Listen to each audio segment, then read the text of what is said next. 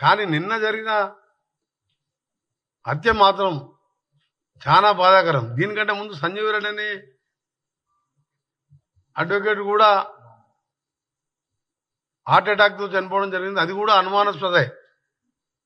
అనుమానాస్పద మృతిగానే ఉన్నది. ఈరోజు జరిగిన హత్య మీరు టీవీలలో ఇప్పుడు మీరు చూడండి, మీకు కూడా చూపిస్తాం. ఇప్పుడు చనిపోయిన లింగమూర్తి భార్య కూతురు క్లియర్గా పోలీసులు ప్రజల సమక్షంలో ఈ హత్య 100% గంట వెంకటరమణారెడ్డి గారు చేపించిందే. వాళ్ళ బిడ్డ ఆ భార్య మొత్తం వీళ్ళ వెనుక కేసీఆర్ కేటీఆర్ ఉండి హరీష్ రావు గారు ఉండి ఈ కేసు హియరింగ్ వస్తున్నది. దీని మీద దోషులుగా తేలుతారు కాబట్టి కిరాయి అంతకులతో చేపించిండ్రు. ఎవరు కూడా స్థానికులు ఇంత ధైర్యం చేయరని చెప్పి ఓపెన్ గా భార్య బిడ్డ క్లియర్ గా ఏడుస్తూ రోధిస్తుంటే నిజంగా ప్రతి ఒక్కరు కూడా చెల్లించిపోతున్నాం. ఇక తెలంగాణ 4 కోట్ల మంది ప్రజలు 4 కోట్ల మంది తెలవు వాళ్ళ డాటర్ తినండి మీరు ఎంత క్లియర్ గా ఉన్నదో.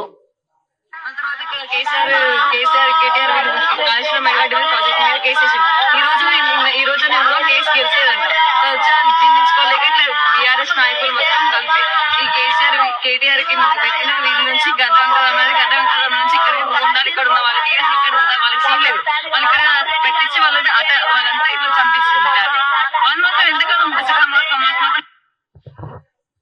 కేసీఆర్ కేటీఆర్ హరీష్ రావు వీళ్ళ మీద కేసు వేసినందుకు కక్ష కట్టి కార్యక్రమం చేసిందని చెప్పి ఆ అమ్మాయి క్లియర్ కట్ గా చెప్తున్న విషయం. సామాజిక కార్యకర్తకు ఎవరు ఉంటారు ఆయనకు శత్రువులు చెప్పండి మీరు? ఆయన ప్రజాధనం 1,00,000 కోట్లు దోసుక తిన్నారని చెప్పి కోర్టులో సీరియస్ గా ఫైట్ చేస్తుండ్రు. ఇంత అన్యాయంగా ఎక్కడ చూడలే. అదొక టీఆర్ఎస్ పార్టీకే. ఈరోజు కాంగ్రెస్ పార్టీకి సంబంధించిన కొంతమంది నాయకులు, అదేవిధంగా సాక్షాత్తు రాష్ట్ర మంత్రి కోమటిరెడ్డి వెంకటరెడ్డి గారు మాట్లాడినటువంటి మాటలు చూస్తూ ఉంటే కొంత బాధాకరంగా ఉంది. అంతేకాకుండా ఈ కేసు మీద ఇన్ఫ్లుయెన్స్ చేయాలనేటువంటి ప్రయత్నం చేస్తున్నట్టుగా కనబడుతూ ఉన్నది.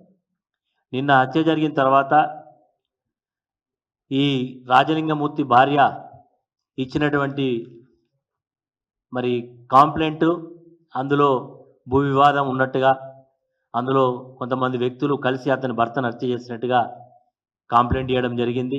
దాని ఆధారంగానే పోలీస్ వాళ్ళు ఎఫ్ఐఆర్ కాపీని కూడా ఇవ్వడం జరిగింది. చాలా స్పష్టంగా చంపినటువంటి వ్యక్తులు పోలీసుల దగ్గర, మరి పోలీసులు పట్టుకున్నారా, పోలీసుల వాళ్ళు లొంగిపోయినా నాకు సమాచారం లేదు, కానీ పోలీసుల దగ్గర ఉన్నట్టుగా మాకు సమాచారం ఉంది. చంపినటువంటి వాళ్ళు మేము చంపినామని చెప్తా ఉన్నారు. దానికి సంబంధించినటువంటి విషయాలన్నీ కూడా తెలిసిన తర్వాత ఈరోజు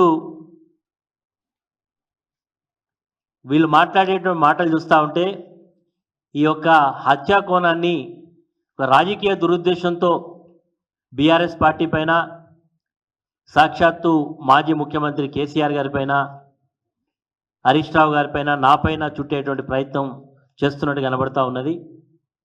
ఎందుకంటే ఈ యొక్క రాజలింగమూర్తి అనేటువంటి వ్యక్తి కాళేశ్వరం ప్రాజెక్టు మీద ఒక కేసు వేసిండు. ఆ కేసు వేసినందుకే మంత్రి అయితే సాక్షాత్తు వెంకటరమణారెడ్డి హత్య చేయించిండని చెప్తా ఉన్నాడు. ఏ ఆధారంతో ఆయన మాట్లాడుతున్నాడో ఆయన నోటికే మొక్కాలి. ఈరోజు ఆయన పార్టీ శాసనసభ్యుడిగా ఉండేటువంటి వేముల వీరేశం అనేటువంటి ఈరోజు ప్రస్తుత శాసనసభ్యుడు గతంలో ఒక హత్య చేయించిండని చెప్పి ఆ రోజు ధర్నాలు చేసినటువంటి సందర్భాలు మనం చూస్తాం. అసెంబ్లీ వేదిక మీద కూడా లేనటువంటి మాటలు అనేకం మాట్లాడినట్టు చూస్తాం. వెంకటరెడ్డికి ఇది పూర్తిగా ఒక ఆనవాయితీ అయిపోయింది, ఆనవాయితీతో మాట్లాడుతున్నట్టుగా అర్థమవుతూ ఉన్నది. అదేవిధంగా కాంగ్రెస్ పార్టీకి సంబంధించిన కొంతమంది వ్యక్తులు ఇది బీఆర్ఎస్ పార్టీ హత్యా రాజకీయాలకు తెరలేపింది అనేటువంటి మాట మాట్లాడుతూ ఉన్నారు. బీఆర్ఎస్ పార్టీ ఎప్పుడు కూడా హత్యా రాజకీయాలను ప్రోత్సహించేటువంటి సందర్భాలు ఉండవు.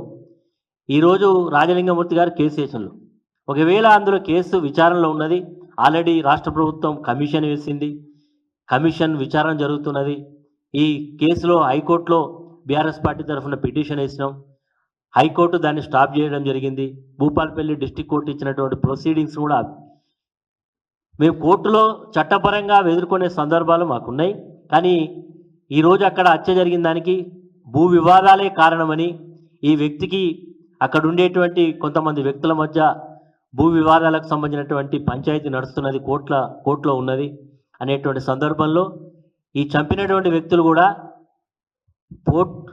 మన అక్కడ ఉండేటువంటి పోలీస్ అధికారుల దగ్గర కంప్లైంట్ చేసినట్టుగా, ఇతను వాళ్ళ మీద కంప్లైంట్ చేసినట్టుగా, మరి వాళ్ళు ఇరువురు కూడా మరి ఇద్దరి మధ్య వైరుధ్యం ఉందనేది చాలా స్పష్టంగా ఉన్నది. కాబట్టి అది ఆ కోణంతో చూడకుండా ఈరోజు మా మీద బట్టగాల్సి మీదే బాధ్యత అనేటువంటి పద్ధతిలో చేయడం ఏదైతుందో దీన్ని మేము తీవ్రంగా ఖండిస్తున్నాం.